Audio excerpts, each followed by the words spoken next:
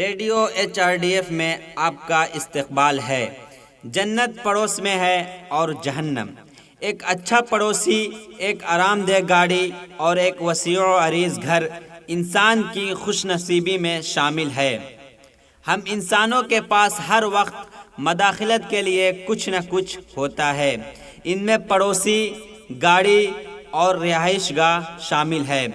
اگر ہمارا ایک ناپسندیدہ پڑوسی، ایک خستہ حال گاڑی اور ایک دکھی رہائش گاہ ہوتی تو ہماری حالت کیا ہوتی؟ اگر گاڑی آرام دہ ہے اور رہائش گاہ آرام دہ ہے تو ذہنی سکون ملتا ہے۔ پھر اگر ایک اچھا اور مددگار پڑوسی ہوتا تو آدھی زندگی آرام سے گزر جائے گی۔ ہم بہت سے لوگوں کو جانتے ہیں جو اپنی پڑوسیوں کی طرف سے ہراساں کرنے کی وجہ سے ذہنی طور پر پریشان ہیں۔ بعض پڑوسیوں کی حرکتیں انتہائی ناقابل برداشت ہو سکتی ہیں۔ دوسرے کو مسلسل چھیڑنا ان لوگوں کے لیے ایک تفریح ہے۔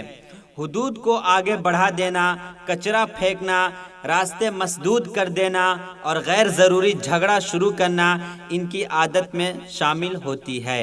اپنے پڑوسی کے بارے میں گپ شپ کرنا، اس کی رازداری کا انکشاف کرنا اور شادی میں رکاوٹ پیدا کرنا بہت ہی بری عادت ہے۔ مومن کے لیے وہ زیبا نہیں دیتا۔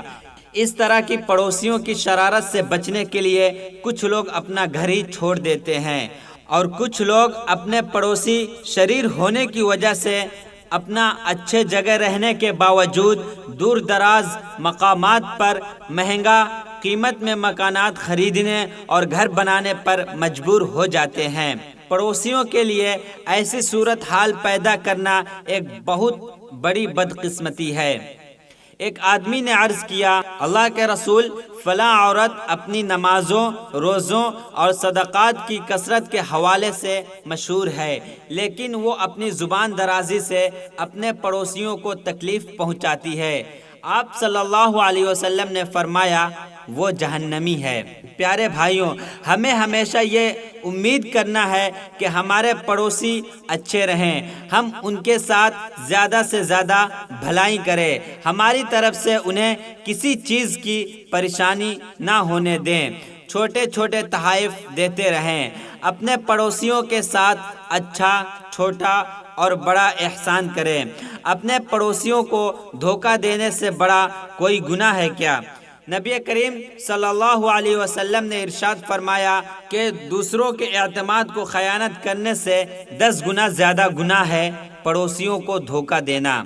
جب آپ یہ سنتے ہیں تو کیا آپ کے پڑوسی کا چہرہ ذہن میں آ جاتا ہے؟ لیکن ذرا سوچیں کہ آخر آپ کا پڑوسی اس کو سنتا ہے تو وہ شاید آپ کے بارے میں سوچ رہا ہوگا، لہٰذا ہمیں خود کی اصلاح کرنے کی ضرورت پڑ سکتی ہے۔ خدا کے نزدیک بہترین پڑوسی وہ ہے جو اپنے پڑوسیوں کے لیے بہترین کام کرتا ہے۔